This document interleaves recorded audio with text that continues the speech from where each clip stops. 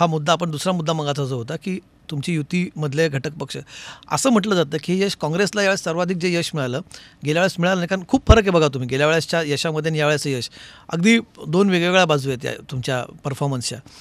मी जसं त्याचा दुसरा पार्ट होता ना प्रश्नाचा की शरद पवार आणि उद्धव ठाकरे यांच्याबद्दल एक वेगळं जनमानसात त्यावेळेस मत होतं. शिवसेनेची 2 चक्र झाली, राष्ट्रवादीची 2 चक्र झाली, त्यांच्याबद्दल एक सिम्पती वेव्ह होती आणि त्या सिम्पती वेव्हचा फायदा काँग्रेसला झाला. हे तुम्हाला मान्य आहे का? आता हे जे गणित काढणं अवघड आहे, कुणाचा कुणाला फायदा झाला. आता त्यात अनेक काउंटर उदाहरणं देता येतील की शिवसेनेला कोणाचा फायदा झाला, मुस्लिम वोटिंग कुणाकडे गेलं, कसं गेलं. मला वाटतं त्यात माझं एकच ढोबळमानानं मला एवढं सांगणं आहे की विरोधी पक्षांच्या मताचं विभाजन झालं नाही. भाजपला 31% मतं 14ला होती, ती 37% झाली बालाकोट वगैरेमुळं. त्याची ताकद ही 35-36-40% आहे.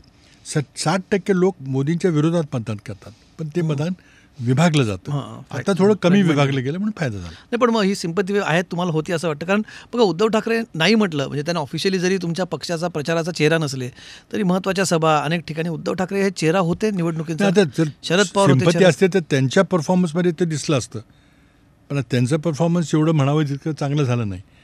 त्यामुळे सिम्पती असती तर मग ज्यांच्या थेट निवडणुका एकनाथ शिंदे आणि उद्धव ठाकरेंच्या झाल्या तिथं देखील निर्णायक असा पराभव एकनाथ शिंदेचा झाला नाही. त्यामुळे सिम्पती होती की नाही सांगणं अवघड आहे, किंवा असेल तर किती फायदा झाला त्याचा.